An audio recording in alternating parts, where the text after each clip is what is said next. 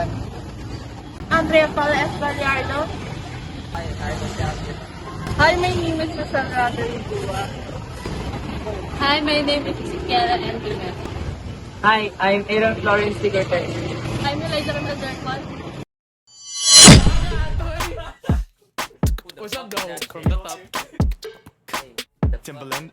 She got a body like an animal, I'm tripping all night. Yeah, can I strip you down, baby? Let me open your mind. Yeah, put this down.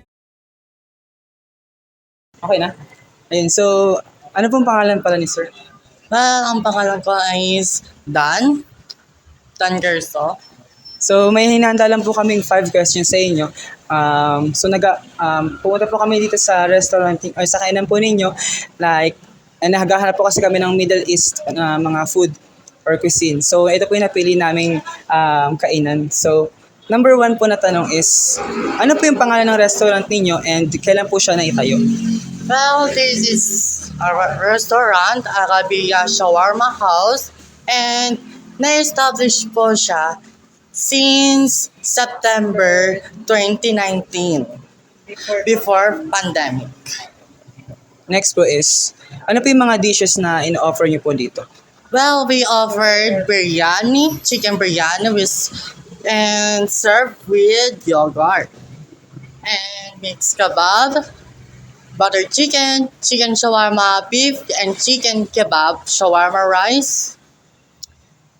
So next question po is, what makes your restaurant unique po sa ibang restaurant na nag-offer ng same cuisine or same food? Well, ang kakaiba, yung pagkain namin dito, dahil para talagang galing talaga siya sa Dubai. And kung hindi siya legit, handa kaming ibalik ang bayad namin ninyo. So next po is, saan niyo po in-order yung mga food supplies ninyo and paano po na-ensure yung authenticity ng mga ingredients po ninyo? Ingredients namin, yung supplier namin ng mga spices, ini-import pa nila sa Dubai at pati basmati rice. Yung mga meat and vegetable naman, talagang pinipili namin yung fresh. May supplier din kami ng flat parsley from Baguio pa talaga. Yung meat fresh and ang gamit namin hindi frozen. Ayun lang. That's it. Okay na po. And last question po is, ano po yung pinaka-best seller po niyo dito and ano po yung special sa best seller na food? Ang best seller namin dito, mga chicken biryani, chicken shawarma. Customer na mismo nagsasabi na ang shawarma namin ay lasang Arabic shawarma talaga. Napaka-nostalgic daw sa unang kagat pa lang para silang bumabalik sa Saudi. Ayun. And thank you ma'am and salamat po sa maikling interview and sa mga answer po ninyo. And yun po.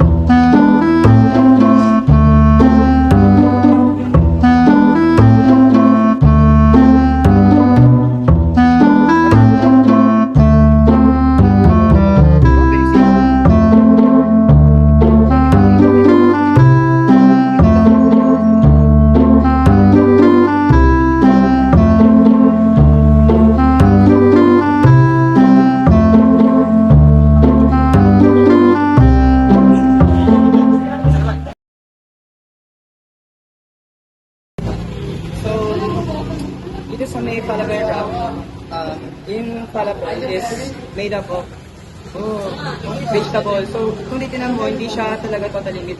Ang ginamit yan is vegetable. And nag-combine na talaga, balance yung lasa dun sa sauce. And also dun sa falafel. And dito naman sa keto, yung sa beef chicken, parang medyo dry siya. Pero nag-combine yung lasa niya, nag-balance doon sa garlic sauce. And pag sinama mo siya sa rice, mas masarap siya. Pero yun nga, yung beef and chicken, medyo dry siya para sa. And yung spices na ginamit talaga, sobrang strong. Yung lasa. Yan. Yung falafel wrap is, siguro, siya sa akin, medyo alangan sa pagkain. Kasi hindi talaga kumahilig sa mayonnaise talaga. And, yung Arabic bread niya is medyo may pagka-maalat. Then, yung mixed kebab is good. Yung falafel wrap is okay naman yung lasa niya, pero yung pita bread is kulang siya sa luto. Tapos yung mixed kebab naman, masyadong sunod yung meat niya, pork and yung bato beef. Tapos yung shawarma rice naman, okay naman siya, nag-complement naman sa ang tawag dito, meat din. Yung falafel wrap is masarap siya.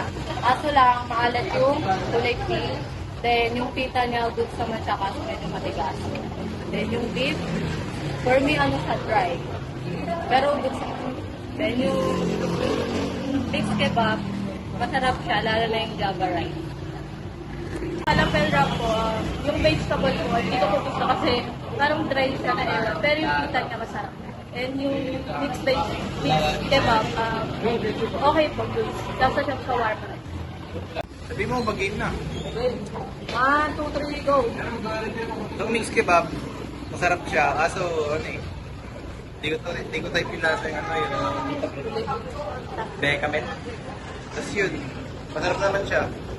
Kasi itong sa naman, mixed kebab, pwede siya pang-empty. Sa mixed kebab muna ako. Masarap naman yung meat. Pero parang matigas yung meat niya. Pero sa java rice, okay naman. Sa falafel wrap, yung pita niya, sakto lang naman. Pagka-dry. Saka yung meat, save lang din na matigas talaga. Saka yung sauce, okay naman. Thank you!